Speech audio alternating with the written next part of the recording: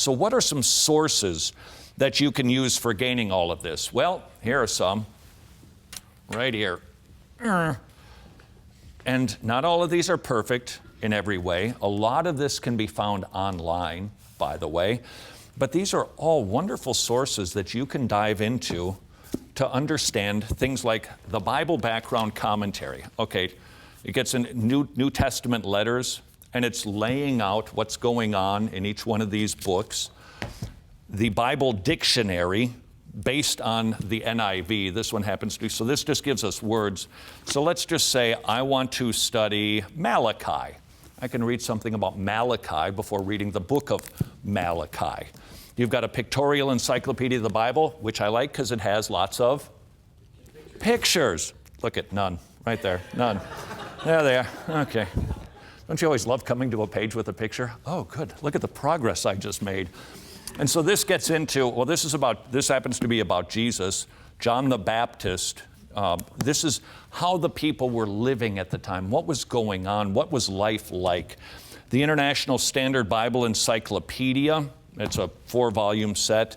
Your concordance will help you with word study, which we'll get into. But all of these books, if you really want to know what's going on here, how do I understand this the way the original audience did? I want to be diving into some of these resources. Always keeping these thoughts floating in my brain while I'm reading the Bible. Now, I'm going to share with you a list of all the things that you should be thinking about when you're reading the Bible. And I know you're going to say, I can't remember all of that stuff.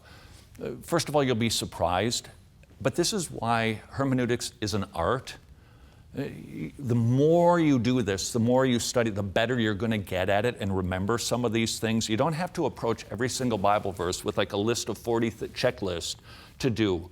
Practice those things and you'll just get better and better at them. So here's the thoughts you always want to be thinking. Who's the author? Place of writing, date of writing, recipients, location, opponents, who's after them, culture, commerce, quality of living, transportation, trade, agriculture, industry, occupations, perceptions, history, peace or wartime, and what are the religions that are going on. All of this information is designed to help you. Please note the warning. Do not elevate this information above the text.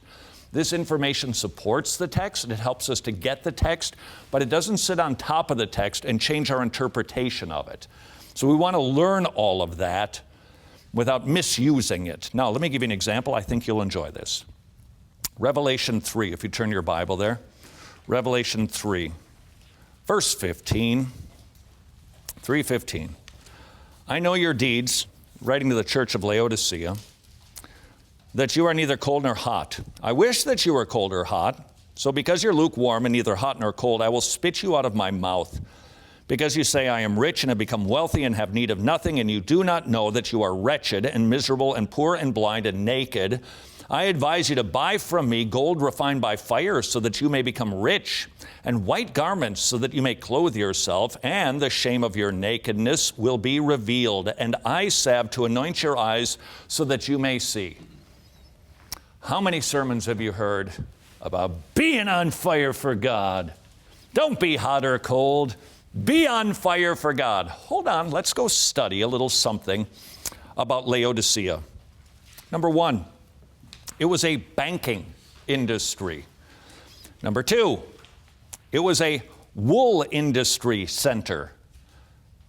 Number three, Laodicea, they were manufacturers of eye salve. Number four, they had a bit of a water issue in Laodicea. And you've got two, if you take a look at a map, another reason to look at a map, you've got Laodicea, and then you've got Colossae and Hierapolis. I think I've got that right.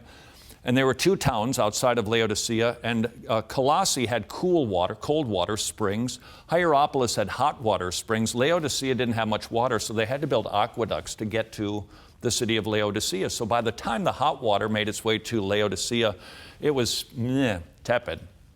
And you'd spit it out. Same thing was true with Colossae. It wasn't cold anymore. It was just temperature.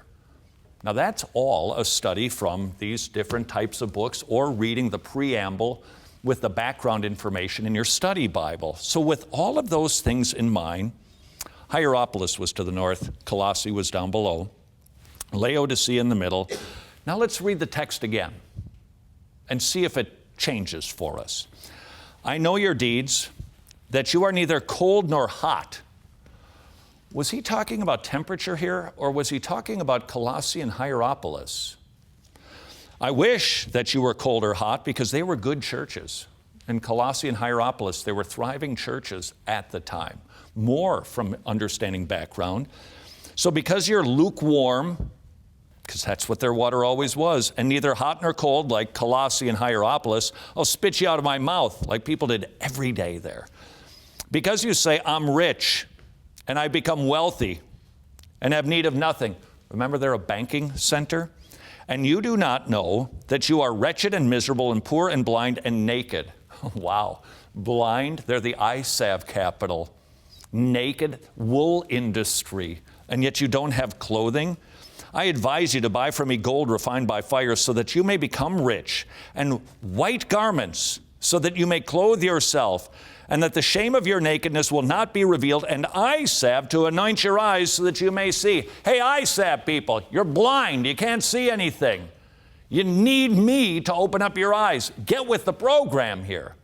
That verse suddenly changes when we understand what was going on in the culture.